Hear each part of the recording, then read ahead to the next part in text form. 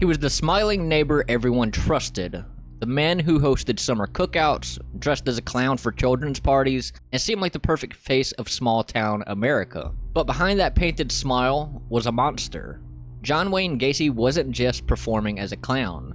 He was performing every day of his life. A man who built his reputation on charm, business success, and community service, while secretly building something far darker beneath his own home. In the crawlspace below his quiet suburban house, police would one day uncover the remains of dozens of young men. This is the story of how a friendly neighbor became one of the most terrifying serial killers in American history. This is John Wayne Gacy, the killer clown who hunted in Suburbia. John Wayne Gacy grew up in the suburbs of Chicago, a world of tidy lawns, family barbecues, and church on Sundays. To most people, he seemed ordinary, quiet, polite, maybe even ambitious. But from a young age, there were cracks in the picture-perfect image. His father, an abusive alcoholic, often called him weak or worse. Gacy spent his childhood desperate to prove he wasn't. As he got older, that need for approval turned into something darker, a habit of manipulation. He learned how to charm people, how to say exactly what they wanted to hear, even when it wasn't true. By his 20s, Gacy had become the man everyone liked. A businessman, a volunteer, a respected member of the local JCs, a civic club full of young professionals shaping their community. He threw lavish neighborhood parties, cooked for hundreds, smiled for photos with politicians and police officers. On the surface, he was living the American dream, but behind that smile, something was festering.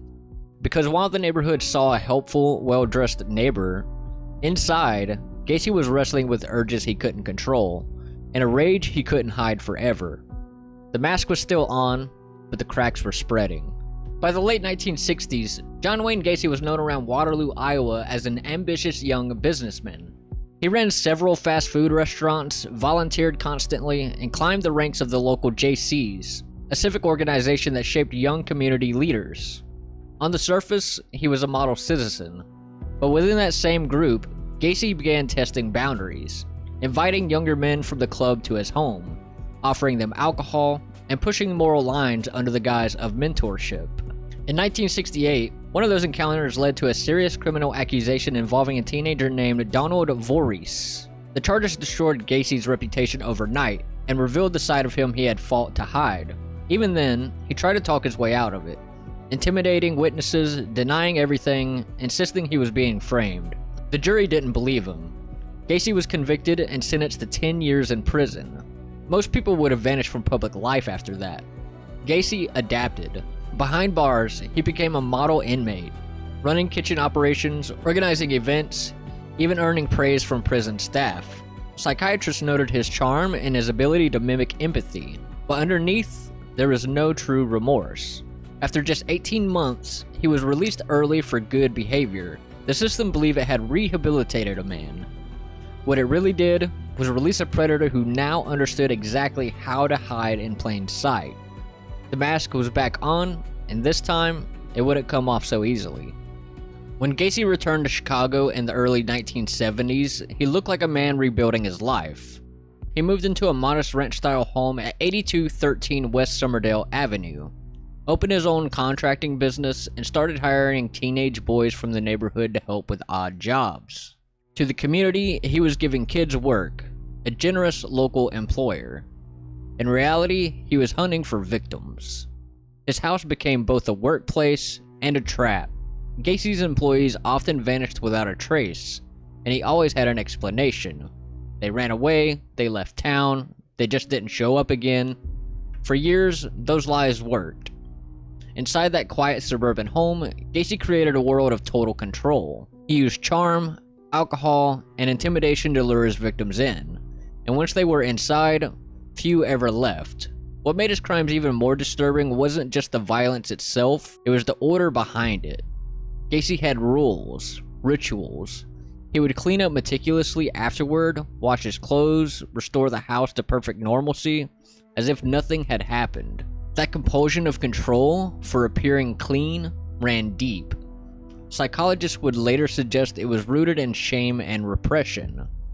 A man torn between the image he wanted the world to see and the desire he could never admit to himself. and beneath his feet, his private world was literally rotting. Beneath the floors of 8213 West Somerdale Avenue lay a cramped crawl space, where Gacy began burying his victims one by one. Each time, the weight of that secret grew heavier, and so did his obsession with control. But no matter how carefully he hid the evidence, the smell of death would eventually rise through the floorboards, and with it, the truth about John Wayne Gacy. By late 1978, John Wayne Gacy's world was beginning to crack. On December 11th, a teenage boy named Robert Peast vanished after telling a coworker he was going to talk to a local contractor about a job. That contractor was John Wayne Gacy. When Robert never came home, his family reported him missing, and for the first time, police started to look closer at the man behind the friendly smile. Detectives discovered Gacy's prior conviction in Iowa and immediately suspected something darker was hiding beneath his respectable reputation. They placed him under surveillance. For days, unmarked cars followed Gacy everywhere he went, to restaurants, to work sites, even to local bars where he bragged about being too smart to get caught. He noticed the tale and started to unravel. The confident businessman became erratic, drinking heavily, driving aimlessly, sleeping in his car. Investigators said it was as if he knew his time was running out. A second search warrant finally gave police access to the house on West Somerdale Avenue. Inside, they found small clues: a high school class ring, driver's licenses that didn't belong to Gacy, and the unmistakable smell seeping up from the floor vents. The officers described it as a smell they could never forget. When they opened the crawl space, the truth surfaced. One body, then another, then another. Over the following days, they uncovered dozens of victims, all buried beneath the same home where Gacy had hosted parties, smiled for photos, and played the role of an ordinary neighbor. Confronted with the evidence, Gacy finally confessed, describing his crimes in chilling detail, almost bragging, as if talking about routine business. The investigation that began with one missing boy had just exposed one of the darkest cases in American history, and the man once known as Pogo the Clown would never smile again. In 1980, the trial of John Wayne Gacy began, and the courtroom quickly became a national spectacle. The man once seen as a friendly neighborhood clown now faced 33 counts of murder. Gacy's defense team argued insanity, claiming he suffered from multiple personalities, that John was the businessman and Jack the violent alter ego who committed the crimes. It was a desperate attempt to separate the man from the monster, but the psychiatric evaluation told a different story. Experts described Gacy as a textbook narcissist, intelligent, manipulative, and fully aware of his actions. He didn't lose control, he wanted control. On the stand, Gacy showed almost no emotion. He smiled occasionally, joked with reporters, and even claimed he was innocent, despite overwhelming evidence. It was that calm arrogance that disturbed people most. The prosecution countered his insanity plea with meticulous detail: photographs, identification of victims, and testimonies from those who survived close calls with him. Piece by piece, they built a portrait not of madness, but of cold calculation. The jury took less than 2 hours to decide his fate. John Wayne Gacy was found guilty on all counts and sentenced to death. But even as the verdict was read, Gacy remained composed, almost proud. To him, the trial wasn't an end, it was a stage. The media named him the Killer Clown, a label that would outlive him in hot pop culture for decades. Psychologists say Gacy's need to perform, whether in costume, business, or murder, was rooted in the same twisted desire: to be noticed, to be powerful, to be remembered. And in that sense, he succeeded, just not in the way he ever intended. After more than a decade on death row, John Wayne Gacy's final day arrived on May 10th, 1994. True to form, he treated it like an event. He ordered a last meal of fried chicken, french fries, shrimp, and a pound of strawberries, the same comfort food he used to serve guests at his own parties. Reporters said he remained calm to the very end, signing autographs, cracking jokes, and even painting. When he asked if he had any last words, he simply said, "Kiss my ass." A few minutes later, the lethal injection was administered. With that, one of America's most infamous serial killers was gone, but the shadow he cast would only grow darker. Gacy became a symbol of hidden evil, proof that monsters can wear the face of normalcy. His case inspired books, films, and a new wave of fascination with the killer next door. Even the horror genre changed.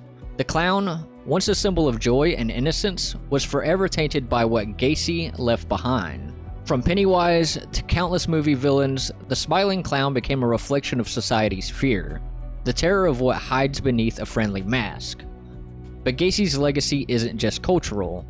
It's a reminder of how easily evil can blend into ordinary life, how charm can disguise cruelty, and how the most terrifying monsters are often the ones we never see coming. John Wayne Gacy taught us that monsters don't always hide in the shadows. Sometimes, they shake your hand, smile for the camera, and live next door. Evil doesn't always look like a monster, sometimes it wears a smile. If you found this story compelling and want to explore more of the dark truths hidden behind ordinary lives, make sure to like the video, subscribe, and comment which case you want next. This is Cronic Focus, where we uncover the shadows of the human mind.